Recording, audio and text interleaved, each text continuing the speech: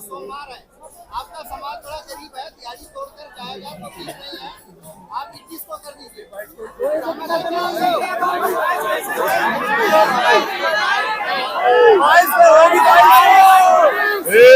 वक्ता कमी नहीं है, अपनी बात रखो।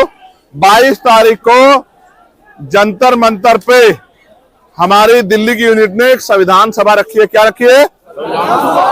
संविधान सभा जो रखी है उसका इस तिथि को हमने क्यों चुना 22 तारीख को, पता आपको? नहीं, यही तो मूर्खता है। हमने 22 तारीख का चयन इसलिए किया है क्योंकि 22 तारीख को भारतीय संविधान की प्रस्तावना को स्वीकार किया गया था, उसके लक्ष्य और उद्देश्य से। इसलिए हमने 22 तारीख तय की है कि 22 तारीख को दिल्ली की टीम ने, क्योंकि दिल्ली की टीम पढ़ी लिखी है, दिल्ली में रहती है, दिल्ली की सब चीजों को समझती है, इन्होंने तय किया कि 22 तारीख को जंतर मंतर पे 22 जनवरी 2024 11 बजे संविधान सभा होगी। समझ रहे हो?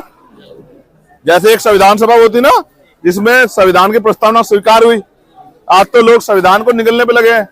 तो हमें 22 तारीख को अपने कार्यक्रम को सफल बनाना है। ठीक है? दिल्ली के साथियों से विशेष आग्रह, जिनका कार्यक्रम है वो मजबूती से उसमें भागीदारी करे। ठीक है? 22 तारीख संविधान सभा।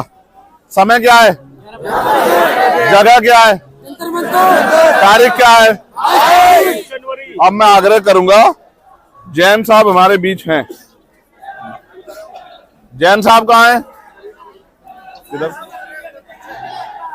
जैन साहब को बुला लो। जैन साहब रुक जाओ, जैन साहब को छोड़ो एक मिनट, मैं देख लूं। बहुत अच्छे अच्छे वक्ता हमारे पास हैं।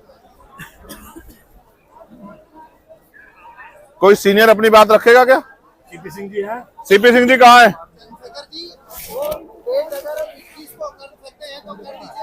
सोमवार है, आपका समाज बड़ा गरीब है, दिहाड़ी तोड़कर जाएगा तो ठीक नहीं है। आप 21 को कर दीजिए।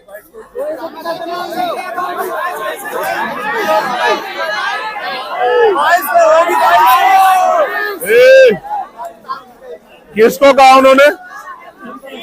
वो बात किससे कर रहे हैं? तो तुम लोग काय को जरूरत पड़ी? सर, ये सच तो ये है, स्वीकार करो कि करो मरो की स्थिति आ गई है। जब कुछ बचेगा ही नहीं सर, तो पेट का क्या करेंगे सर?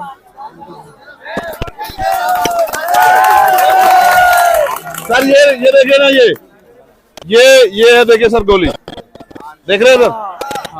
ये अब कुछ बचा नहीं सर देश में ना, तो मैं इनको मरने को नहीं छोड़ सकता। मुझे बताना पड़ेगा हुकूमत को कि हम जिंदा हैं, और जब हम जिंदा हैं तो हम लड़ेंगे, हम किसी कीमत पे झुकेंगे नहीं सरकार के लिए।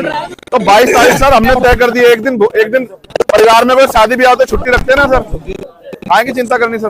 22 के 22 है ना, तो 22 है ना। बाबा साहब ने सर हमें सिखाया, आदमी भूखा रह सकता है लेकिन अपमानित होकर नहीं रह सकता।